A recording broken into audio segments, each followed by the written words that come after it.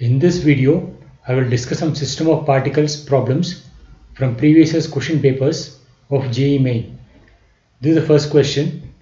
A block of mass 0.5 kg is moving with the speed of 2 meters per second on a smooth surface. It strikes another mass of 1 kg and then they move together as a single body. The energy lost during the collision is. You can pause the video and attempt this question.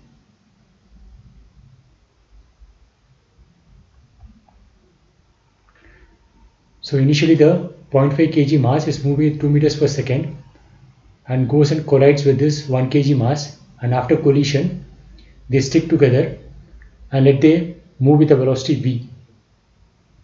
So during the collision the momentum is conserved. So the initial momentum is equal to the final momentum.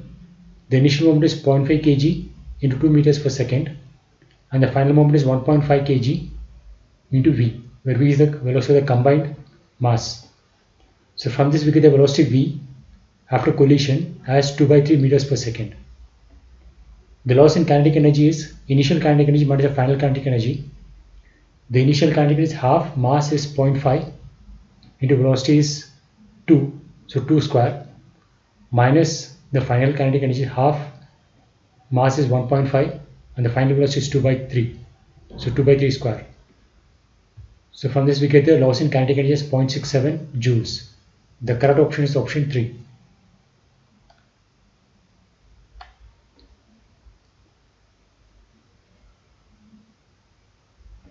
This is the next question. A thin rod of length L is lying along x-axis with its end set x equal to 0 and x equal to L. Its linear density mass per length varies with x as k into x by L raised to the power n, where n can be 0 or any positive number. If the position xcm of center of mass of the rod is plotted against n, which of the following graphs best approximates the dependence of xcm on n? You can pause the video and attempt this question.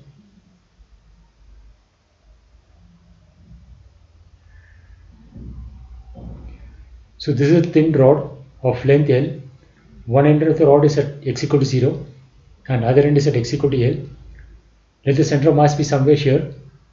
The center of mass will not be in the middle because the density of the rod is not uniform.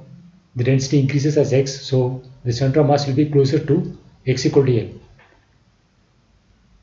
So to find the center of mass, you have to take a small element of length say dx, and this will have a mass dm. So the moment of this small element, that is dm into x, and if we integrate this thing from x equal to 0 to x equal to L, that will be same as the total mass of the rod, say m, at a distance xcm. This is by definition of center of mass, and dm is the mass of the small element, which is lambda into dx, where lambda is the linear mass density and lambda has been given as k into x raised to the power n by L raised to the power n. So this will be x raised to the power n plus 1. If you integrate, we get x raised to the power n plus 2 by n plus 2, and if you put the limits x equal to 0 to x equal to L, we get the right hand side as k into L square by n plus 2. And name the total mass of the rod can be calculated as integral of the small element mass dm between the limits x equal to 0 to x equal to L, and dm is lambda into dx, and using the expression for lambda we get the mass as k into L divided by n plus 1. So using this we get x of center of mass as L into n plus 1 by n plus 2. So let us see the dependence of xcm on n. L is the length of the rod, which is constant. So for n equal to 0, xcm is L by 2. N equal to 1, it is L into 2/3. And if the value of n is increased to a large value, say infinity, L will saturate, xcm will saturate to L. So it starts with L by 2 and saturates to L. So starting with L by 2 and saturating to L. So there are two options, 1 and 4. But as n increases, the value of xcm will increase steadily. But in the fourth option, the value of XEMA is not increasing when N is increasing. So the correct option is option 1.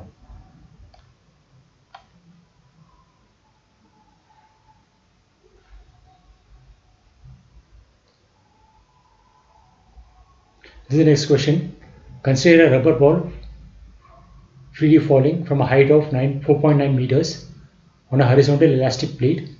Assume that the duration of collision is negligible and the collision with the plate is totally elastic.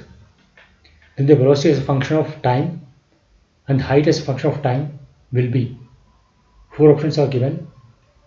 You can pause and attempt this question.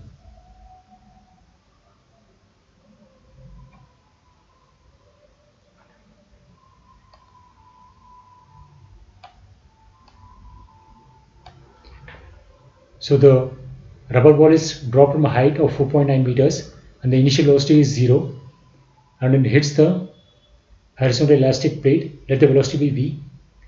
And since a perfect elastic collision, after collision the velocity will be v in the opposite direction. I will take the upward direction as positive. So the initial velocity is 0 and keeps on increasing, but it will be negative because the upward direction is positive. So the velocity will vary like this. It will start from 0 and it will keep on increasing until it hits the plate. And after it hits the plate, the direction of velocity will change. And after that, when it goes up, the velocity will keep on decreasing until it becomes 0. The velocity keeps on decreasing until it becomes 0. And after that, reaching the maximum height, will turn back. The velocity direction will change. It will become negative and it will keep on increasing until it hits the plate. So the velocity is becoming negative, keeps on increasing until it hits the plate. And since this is motion under gravity, which is uniform acceleration, the velocity variation with time will be a straight line, because the slope of the straight line at any point will give the acceleration due to gravity, which is g, which is a constant. That's why it's a straight line, because for a straight line the slope at any point is same. The displacement graph, initially the displacement is maximum 4.9, after it will keep on decreasing, so it keeps on decreasing until it hits the ground. After that it keeps on increasing and the displacement is positive because we are taking the upward direction as positive, and the variation of displacement with time will be a quadratic equation because it's the integral of the velocity versus time curve. So the correct option is option 1.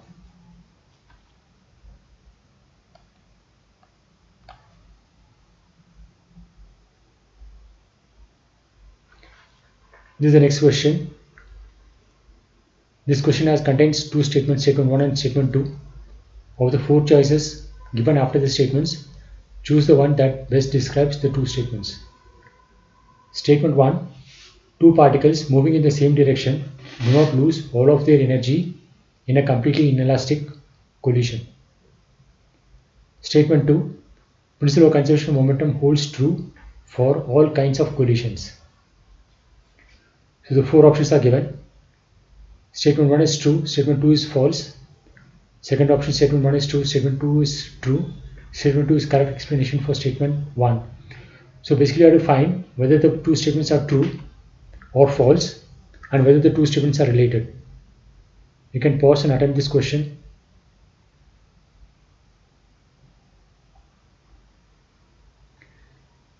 So the statement 1 says that let the two particles have masses m1 and m2 and let the velocity before collision be u1 and u2.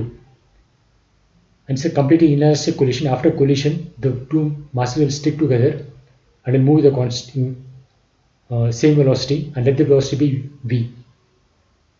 So using conservation of momentum, initial momentum is m1 u1 plus m2 u2, and that should be equal to the final momentum, which is m1 plus m2 u2 v, the common velocity. So initially the masses are moving, only then they will collide. So from this we get the final velocity v is not 0. That means that the final energy of the system is not equal to 0 because it has got some kinetic energy. So not all the energy of the system is lost. So the statement 1 is true. Statement 2, principle of conservation holds for all kinds of collision, which is true. So both the statements are true, and we have got this result that the velocity is not equal to 0 by using the conservation of momentum. So the statement 2 is the correct explanation for statement 1.